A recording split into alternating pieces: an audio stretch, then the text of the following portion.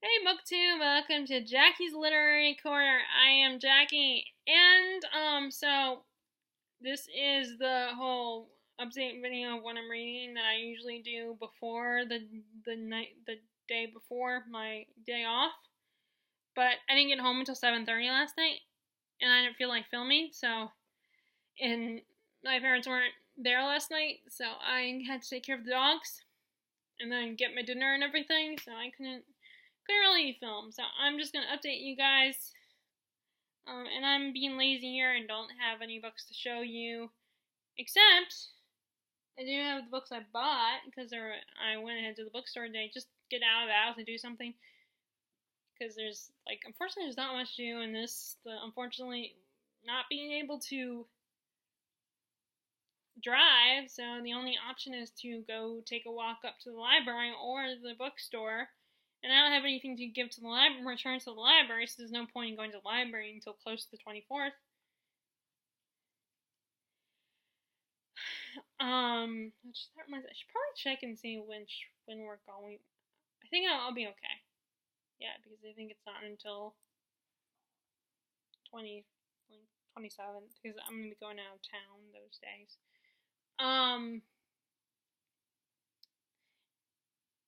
And so it was either that or the bookstore. And it's, I want to get out. I want to, at least do some form of exercise. So I might run. I'm going to do my usual my run today, or I don't know. I know it's supposed to get stormy weather,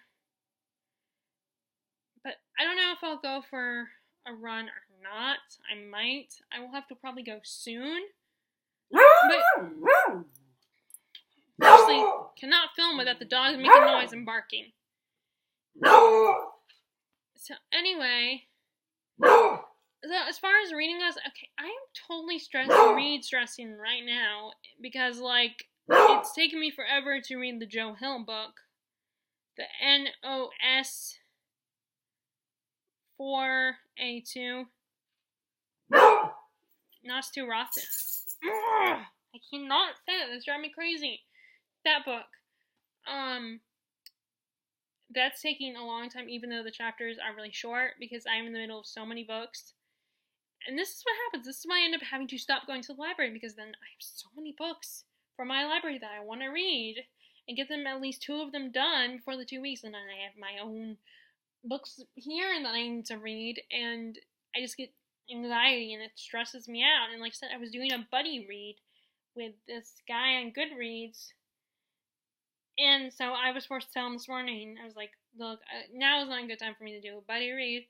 And to be honest, I was, the books that he suggested, I would read them, because who knows if I might change my mind and actually like them, but I wasn't, eager to read either of them.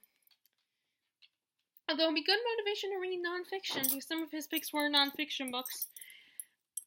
And one of them sounded like a true crime book, actually.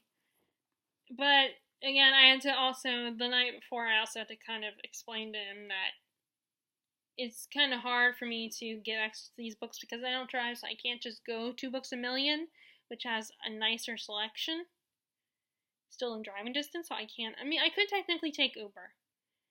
But the bookstore is a 10-minute walk.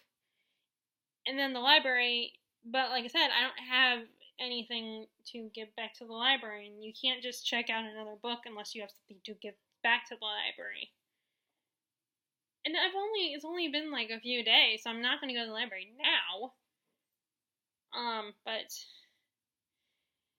I keep just thinking about all the books I need to read, and all the Stephen King books. And I joined Melissa from a binge reader, her Stephen King book club group, but I'm having trouble keeping up. I know that even she has trouble keeping up, but of course she has more responsibilities than I do. I just have a job, but she has kids, and a husband, and she has her own house, so she has to take care of her house, take the kids to school.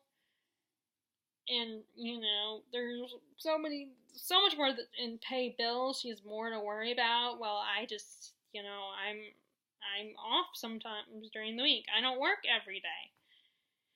Which is the other thing I'm worried about. So I asked off at the end of the last weekend of September, but then I didn't realize that our trip to Florida is like a week later. Like, well, I'll have a week after when I get back that weekend.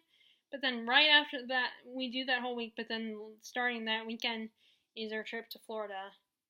So now I'm nervous that they won't give it to me. They won't let me have that time off either. Unless I work, I mean, hopefully they will just have me work all that week, which is fine because I'll have, I just gotta get through that week.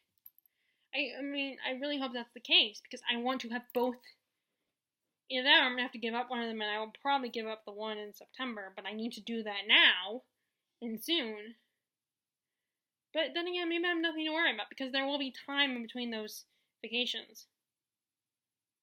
And the good news is that I don't think we'll be going anywhere in November. We probably won't go anywhere in November or the rest of October. Because in November, my sister and the fam are coming for Thanksgiving. And then, which, since they're coming, I wonder if well, no, because my sister's friend and her college roommate and friend, one of her friends, Molly, and her family is going to be coming to stay with us. Me and her husband, they're 3 kids. They have 3. Cause I think they just had their third child. They'll be coming too, so I imagine the rest of the extended family won't be coming over this year. But we might have Christmas with them. I don't know. So we probably won't do anything in November. December might be the next time we'll go anywhere. Like I said, I just really hope that they give me October too. I'm nervous they won't give me October. Like I said, if I need to talk to them about September, it'd be like, I can work in September. I can work that weekend in September if you need me. Like I said, maybe they will give me that. But anyway, that's one of the other things that's stressing me out right now. But anyway, so of course I have 5 books from the library. I have some that I need to finish. I did, while I was at the book day, I read like a little bit of the first chapter of The Fort by Bernard Cornwell.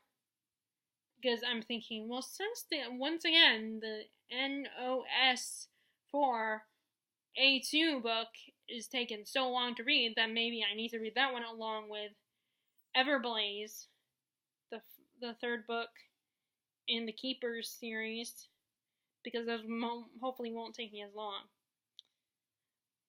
The problem is I'm starting to I'm not as interested in the Keepers. I mean, I still enjoy it. It's so fun, but I start to lose interest in middle grade books. I have to read them at the right time. So I need to read Wondersmith soon. Maybe I'll read that one in November or December. Or October. Actually, I don't want to read in October because it's Victober in October. That's the other thing I told the guy on Goodreads was in October I want to do Victober. Which actually I think I got 2 more Victorian literature books, or at least one other one. Unless the set of plays has anything to do with Victorian literature. But I'll talk to you guys about that in a minute. So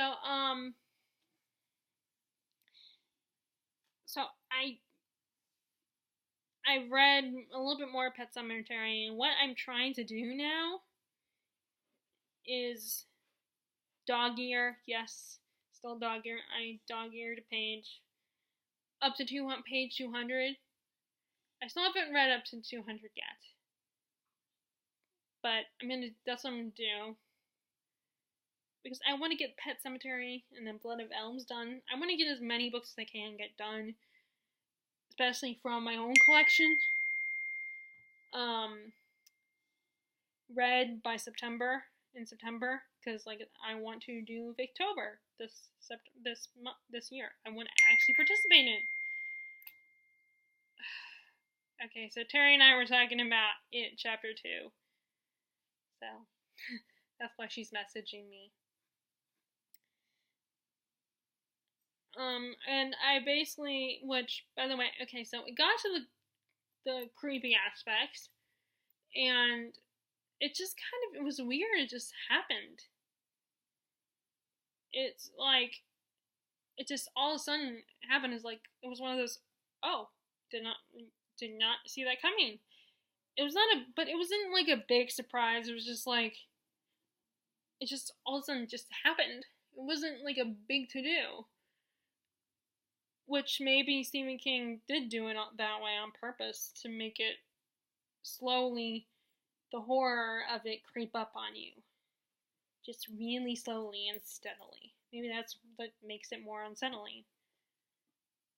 Is it just happens really slowly. It just doesn't happen just like that. It's not a big thing. It just all this is like, oh, okay. Hi, Sophie's right here. She's starving. We starve them. Hi, Sophie. She got dinner really late last night, and I did tell her that she would get it early tonight, but I want to film this first, so she needs to wait. Sorry, you guys can't see her. Of course, she jumped right down after that as soon as I moved the camera. So, yeah, maybe that makes it more unsettling that it just was like, it just happened. You know, not a big to-do. But anyway, so I did read a little bit of in NOS 4A2, the woman that Vic met as a teenager, Maggie, that's her name. I couldn't remember her name before. Last time I talked about it. Maggie, who her power is communicating through like the Scrabble. The Scrabble pieces will communicate to her, like they spell out words. But unfortunately, that means she has a stammer. So she tries to come to Vic and warn her and be like, you know, yeah, Charlie died, but I don't believe it.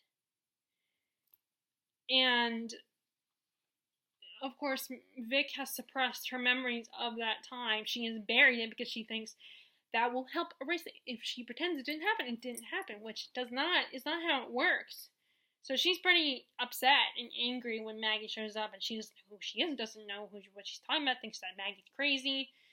And Maggie shows her all this stuff, like articles and that Maggie's collected over the years about Charlie, and it's her son Wayne, who she leaves it behind, and Wayne sees it and collects it, and you know, he asks his dad, who promised not to say anything to Wayne about never to talk about it again, never talk about the incident ever again. And then we had the perspective of Dink Partridge. He is like the Charlie's little assistant, and oh my god, that his chapters are so hard to read. It makes me so uncomfortable. It makes me so sick and disgusted. The guy is such a freak and a pervert.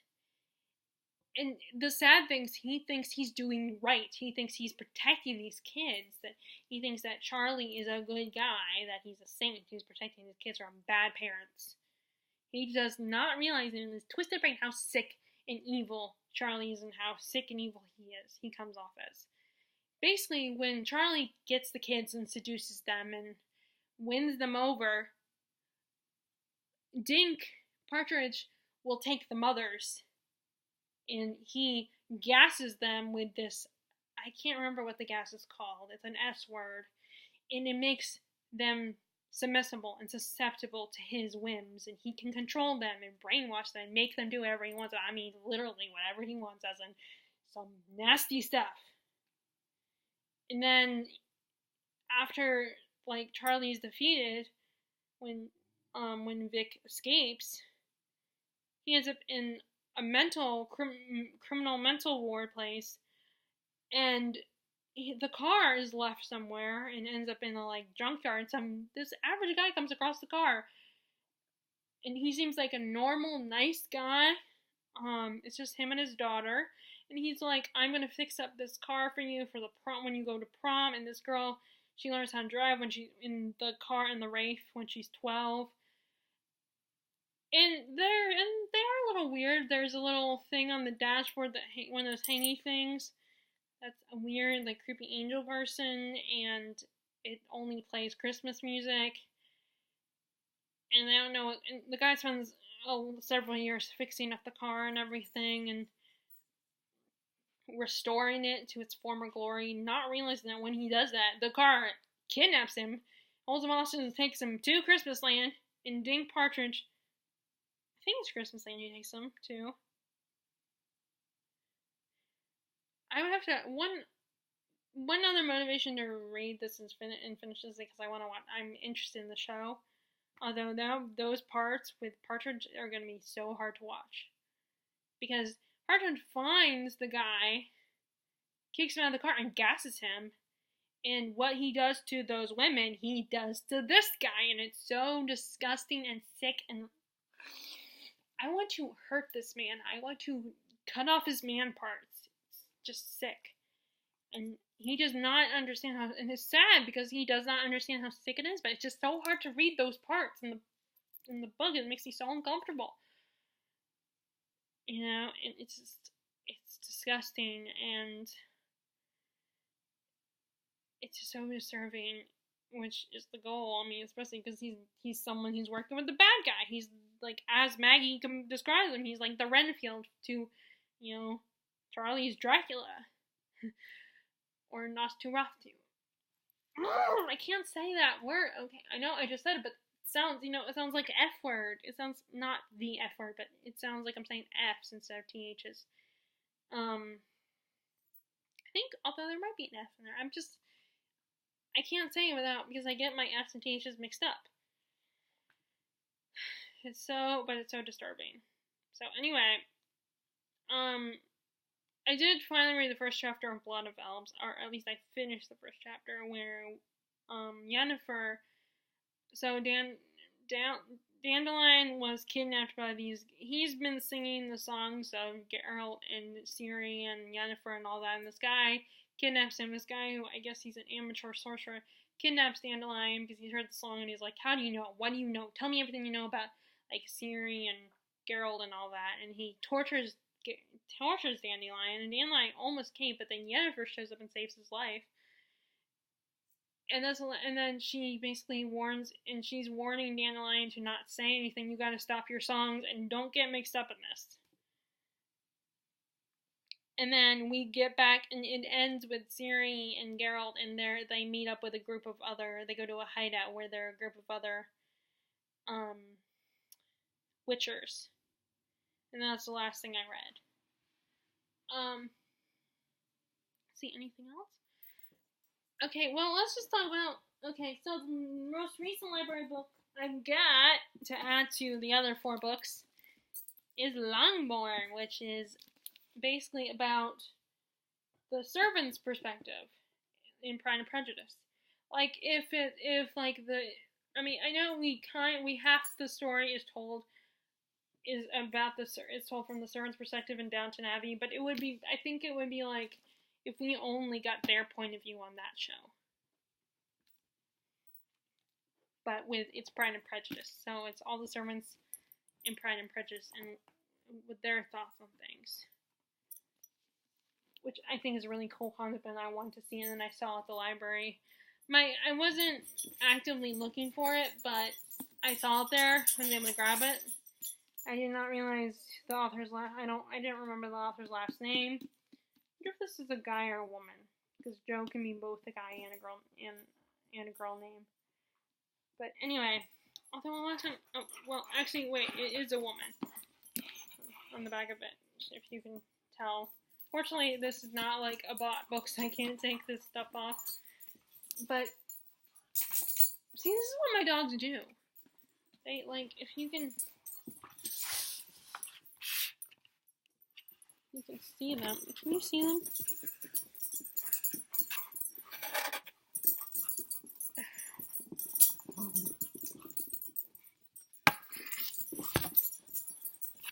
So that's what they do when they're, I think, I'm known to, when they're hungry, when they're waiting, anticipating for me to feed them or overfeed them, that's what they do. They start playing around. I mean, I guess it's kind of like the equivalent of, whenever I'm really hungry, I have to do something. But anyway, I don't know if I should start, like, I tried to read the books in order when I got them, but, I also have to keep in mind which books won't take me as long to read. So that's why I'm reading Everblaze currently. I keep getting so frustrated because everyone's like getting mad at Sophie, who happens to have the power to heal the mind, and they want her to heal all three people that are like Finton. Like the council wants her to heal Finton. Alden and Grady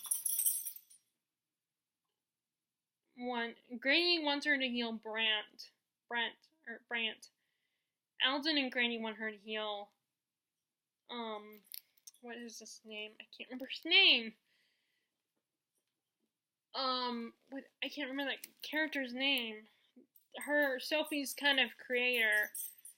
And then Wiley, that guy's son, wants her to heal him as well. So everyone's getting mad at her because she's hesitant to do that, because she could cause more damage. Or if she heals them, they might become shatter when they realize how much that they missed. That's her biggest concern. She's worried, but yet all these people are grieving, and so, like, although Wiley so far is the only one that's been pissed, like, upset at her, and is like, how dare you, you have the power to heal, why don't you heal him, and how do you, I need him, and it's your fault that he's in this position, and first of all, it's not her fault. Yeah, he created her. But that does not mean it's her fault, you moron. Because she had no idea. She didn't know about this world. She didn't know she was a creation. She didn't even know that she was an elf. There's no way she knew about this. Yet the guy, Wiley, is still blaming her. I mean, I know why he's blaming her, because he's grieving and he has no one else to take out his anger on. And he can't get away with taking out his anger on, like, Alden or Grady, because, they have they're authority figures. And he could get in trouble if he was disrespectful to them. So Sophie is the only one. Because first of all, the girl won't defend herself. Yeah, she's an afflictor, so she has the ability to cause pain if she's angry enough. But she will never defend herself. And she's so willing to take the blame for everything and to let people get mad at her. She's so nice and sweet. And it's like, oh my god, it drives me crazy. It's like, oh my god, girl, defend yourself. Snap back at Wiley. Tell him that, remind him that you had no idea. You were just created and you are just getting this power. And you know what? She makes a good point. But the problem is, when you're grieving, I think you're so focused on yourself and your own pain that you're not thinking clearly. It's so much easier. At least Fitz apologizes to her at the end of the second book. But it's so incredibly frustrating. But anyway, so yeah, I'm reading that book. Oh, and you know what else annoys me in Milgram books? I mean, I love Milgram books and they're fun and everything, but it bothers me how they always there's always that one adult that's a complete jerk to the main character. I mean, maybe because I was a good kid, but usually the main characters are good kids. They're sweet and caring and compassionate and try their hardest. But the angry grown-ups act all immature and take out their anger on a kid, on an innocent kid who doesn't understand and is new to this world, and they just have to lash out all their anger and get all upset at them, or in this case, it's that one teacher that is Sophie's mentor, who they asked to come out of retirement. She was the one who was living with the ogres and trying to understand them, and she kind of learns that they're not as bad as the elves and the goblins think they are. But she's all mad and taking out her frustration on Sophie, which I guess because it's easier and very mature of them to take out her anger on, and notice I'm being sarcastic there when I say mature, to take out their anger on a kid, because a kid, especially this girl, she will not take it. She will not snap back. I mean, okay, with the adult character I understand, but with Wiley I don't understand why she won't She's an incredibly frustrating character. You want to give her a hug, but at the same time, she's so... It drives me crazy.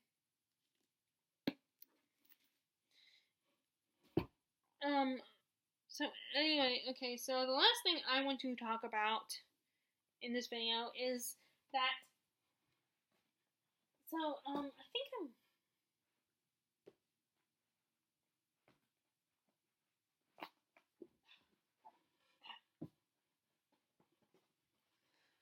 think after I film, I need to get another cup of coffee because I'm so tired. But it does not help that when I'm babysitting the dog, because with the dogs, we have to get up at like 4 in the morning to let them out. Because you know, humans, when you get up, you end up having the urge to pee in the middle of the night and getting up. So, it's no fun. The good news is I didn't have to work today or tomorrow. Bad news, I have to work on Sunday. So, Saturday night. Sunday, I'm gonna be so tired. But the thing about this job, because it's retail, so I'm on my feet all day, I constantly am doing stuff, having to do stuff. Like, the 2 internships, I didn't have a lot to do. I had to ask the bosses to give me something to do. But, like, with this job, I'm constantly doing something. And there are periods where we don't have customers, but that doesn't last that long usually. And then I get my 15-minute break where I try to read for 15 minutes. That does not usually work out. But, other than that, I'm always doing something. I either have to put something in the freezer section, or put a cart away, or I'm putting the carts away. I'll be bringing in the carts from the parking lot for like an hour. And you know, we constantly have customers all the time, and Thursdays are the most busy days. Sundays are pretty busy too, because it's the beginning of the week. I'm wondering if today's gonna be busy. That must be why they asked me to come in. They asked if I could come in. They asked me if I could come in Saturday, or today or Saturday, and I told them I can't because currently my ride situation is not good right now. But I think because there might potentially be more hurricane weather, or at least some really bad thunderstorms.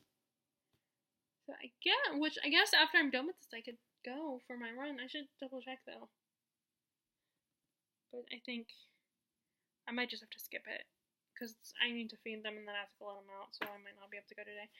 But anyway, before the dogs lose it, which they already have, go ahead and do this last thing and talk about. So, I didn't buy any. There was the BAM book sale this week, and then all this month is the books in the vault, which is nonfiction. They have a vault area with a bunch of nonfiction books. So I didn't get those, but I've just been on a kick on the classic literature, particularly like Victorian literature, because next month is Victober, so I'm going to participate in that. Actually participate this time and actually read some Victorian literature. So I ended up seeing these books. Okay, first, this one I think was Kate from Books and Things that talk about her favorite plays, and I think she talked about this playwright, Ibsen. And actually, this is in the musical Thoroughly Modern Millie, which is basically a woman from a small town who comes to the big city. She wants to make it big, but she doesn't want to be distracted by love and all that. It's just a typical rom-com musical type.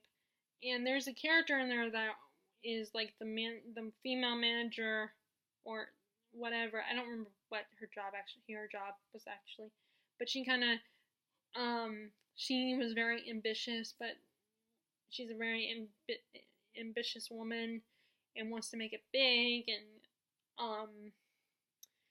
and she has 2 songs. And one of them she's talking about how imagine me playing all these famous parts and making it big and stuff, and she mentions Ibsen in the play about playing, I guess, the characters in this one.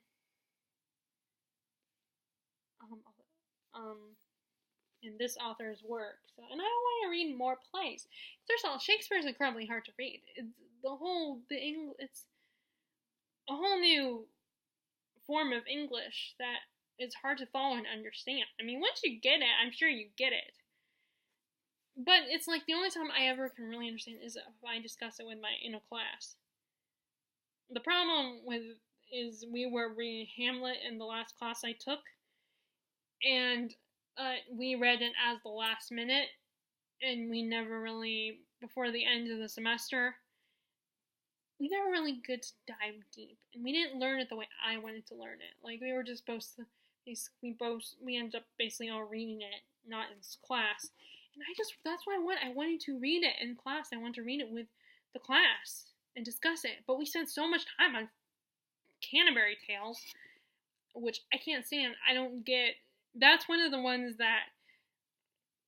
Okay, so yesterday I was thinking about people saying something's overrated, because I'm thinking about doing a video about my favorite musicals, and one of the ones on the list was going to be Phantom of the Opera.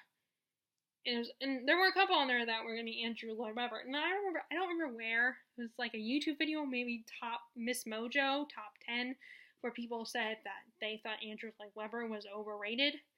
And it got me thinking that sometimes I wonder if people only say that. Now, maybe this is not the case, maybe I'm wrong here. But sometimes I wonder if people only say that because it's something that they don't like, and or they think it's just okay.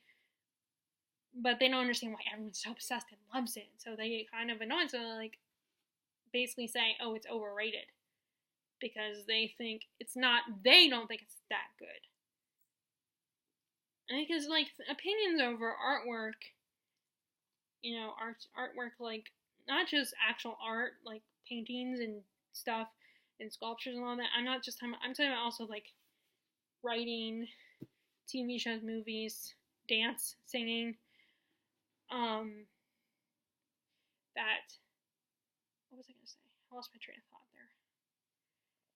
It's all subjective. It's all about opinion.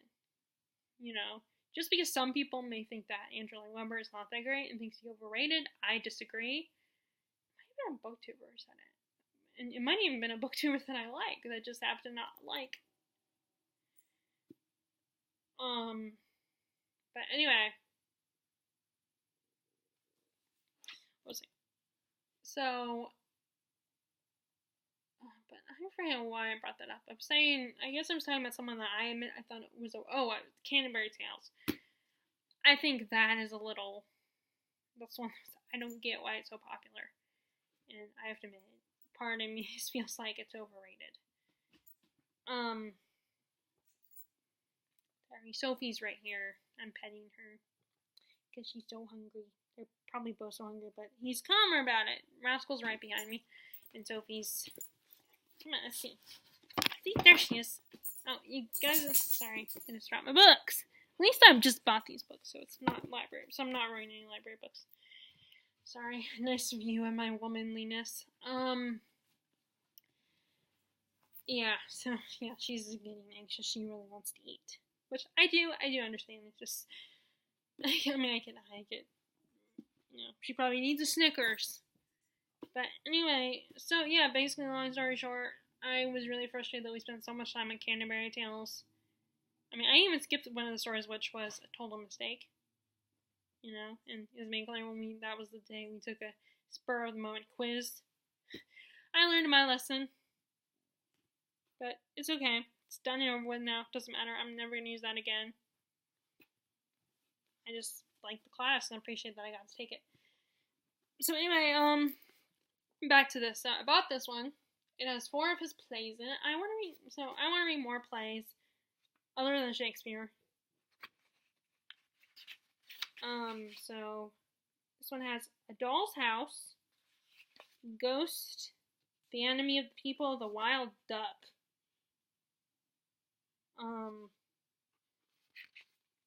Okay, yeah, so bibliography is not a play. It's just like the introduction. So, yeah, I'm excited. I'm actually really excited because I want to read more plays. And I feel like these plays will be a little easier because they're a little more written in an English language that I actually understand, that I can actually get into.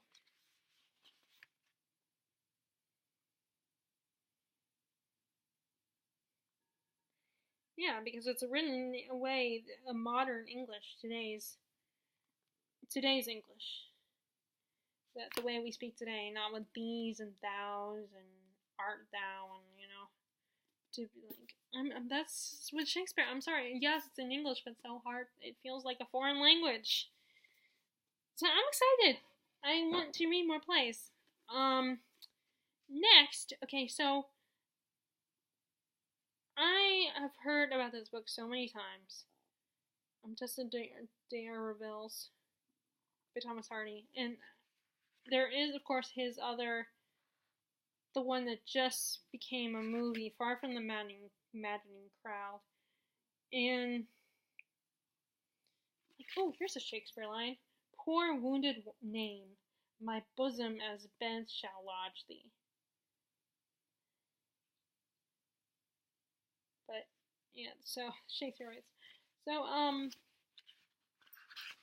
and maybe one day this means I will read oh dang it, look, it's I can't really tell it's old because of that. See? Tell better that way. But yeah, there's Far From That and Crown. It was made into a movie starring, I can't remember her name. I think Rufus Sewell is in it. I want to say I think he's one of the suitors. I have to look it up. But I can't remember her name. She's the actress. I think she was originally the actress who played in Education. That was the big independent movie that made her really famous. And the only reason why I actually knew about that one was because my dad was originally was part of the SAG community, so he would get some of the movies that were up for the Oscars. So I was during those years, we had a lot of movies that were like really we probably wouldn't have seen otherwise. But yeah, so I don't know if I'll ever get to that one. But this is one of those about this woman. She has very intense vitality. Her world's dying.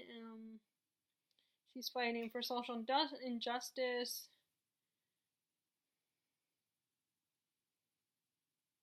It's just about her life and the world that she fights for and all that, I guess. Which would be good because I think this book was on some of those lists, like Rory Gilmore's list of reads from Gilmore Girls, or those lists that say books to read before you die or something like that. One of those lists. And then last book I saw was one I have never heard of before. And that is An American Tragedy, and I picked it because it said American Tragedy, so it was about America during certain times.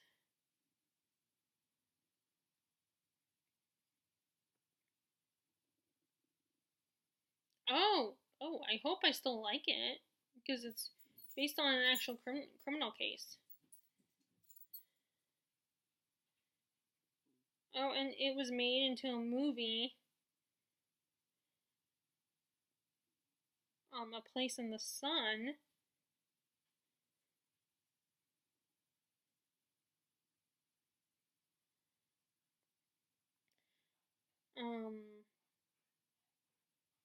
Sorry, I'm reading the back.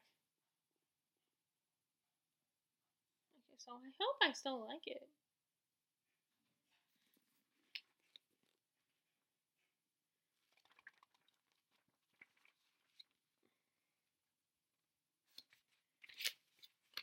All these books, I never read the introductions of these books. I wonder if I should. I mean, some people might say that I should. But so I don't know if I'll like it. Hopefully I will. I mean, it's not that expensive, but I bought all 3 of these, so I spent $6 and something change. Okay, so that is what is going on with my reading. So I'm gonna read some more today. I gotta do some reading before, because what I'll probably do is start watching Titanic when I eat dinner. Finish that, or watch the second half of Titanic, and then I think I might start watching Buffy downstairs, and then I can watch it some more tomorrow. So anyway, but I need to read at least a little bit more before I start watching TV. So anyway, that's that. If you guys like this video, be sure to give it a thumbs up and click subscribe if you haven't already. And I hope, as always, you are enjoying your reading. And I will talk to y'all later. Alright, bye!